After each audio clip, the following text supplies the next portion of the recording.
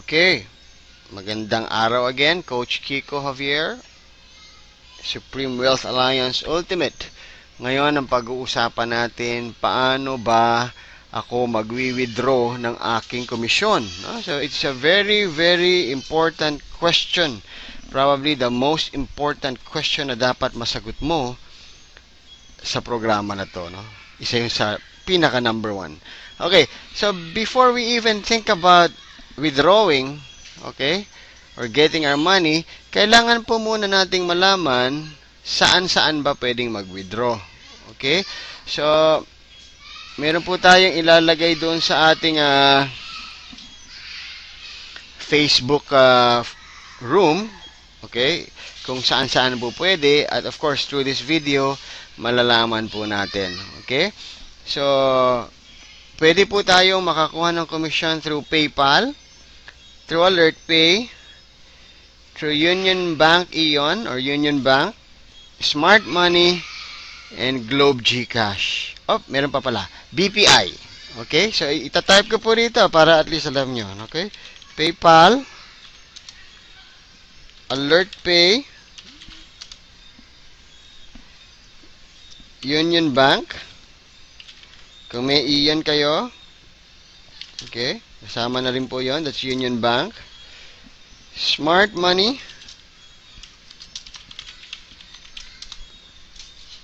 Globe GCash. And BPI. Okay? So, yan po. Yan pong tinype ko na yan. Yan po yung mga... sorry, mali yung napag-typean ko. Pero anyway, hindi po yan. That should be my address. Okay? Actually, pumunta po ako sa account, no? So, ang unang-una pong gagawin is i-update natin yung ating account, no? Kasi pag mag-withdraw po tayo, dapat naka-indicate po rito sa account natin kung saan papadala. Okay? Dito po yan sa bank details. Okay? Dapat po lagyan po yan ng laman. Kung through bank nyo po or through these options nyo ipapalagay. Kung AlertPay po, obvious naman nakasulat dyan, AlertPay account. So, ang kailangan po natin ay isulat ang ating AlertPay.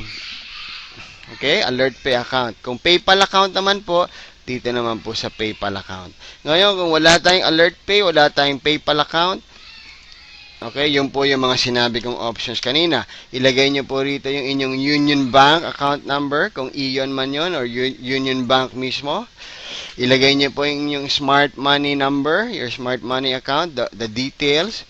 Ilagay nyo po yung Globe GCash nyo rito, your details, your name, your GCash number, your BPI account number. Okay? So, for now, yan po yung mga options natin. So, once na nailagay nyo na po dyan, and of course, halimbawang nalagay nyo na yung magandang lalaking yung picture, okay, so all you have to do is to click Edit Account. Pag kinlik nyo po yan, masisave na po yung information na nilagay ninyo. Okay? Then, we now go to withdraw commission. Okay? So, make sure po, meron po tayong commission na withdrawin. Okay? So, ang kagandahan po sa system natin, every time you get a commission, i-email po yon. Okay? Ini-email kayo, ina-alert. So, make sure you check your email every day. Okay? And every so often. Dahil din nyo po makikita kung may commissions kayo. At, kung hindi naman po doon, dito rin, ano? Of course, halimbawa po, punta tayo dito sa transaction history, no? Dito nyo po makikita yan. Transaction history. Yan. Wow. So, katulad po nito, ito pong account ko na to. Kung makikita nyo, nakacycle na po kasi to. So, meron siyang $90.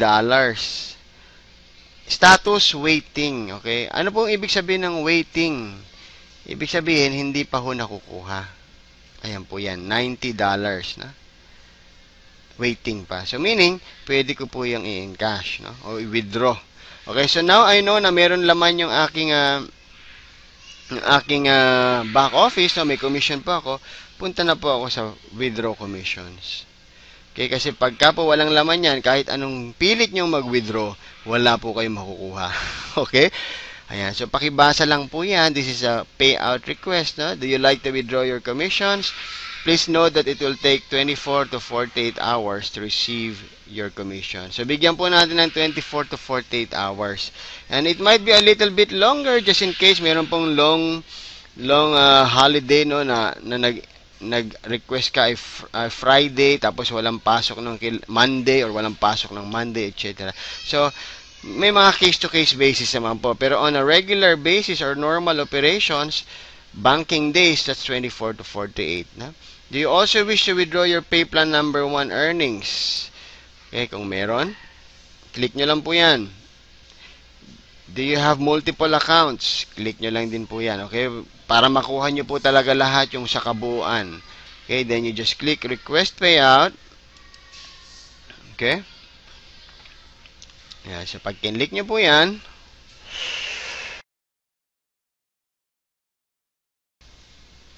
okay, so after po natin maklik yung ating confirmation, ito po ang lalabas sa page. Dapat po payout confirmation. Thank you for your payout request. Your commission should be credited to your designated payout accounts anytime between 24 to 48 hours. More power and success. Congratulations po. Again, this is Coach Kiko. Maraming salamat, and you'll be amazed sa mga makukuha nyong komisyon with Supreme Wealth Alliance Ultimate. God bless everyone.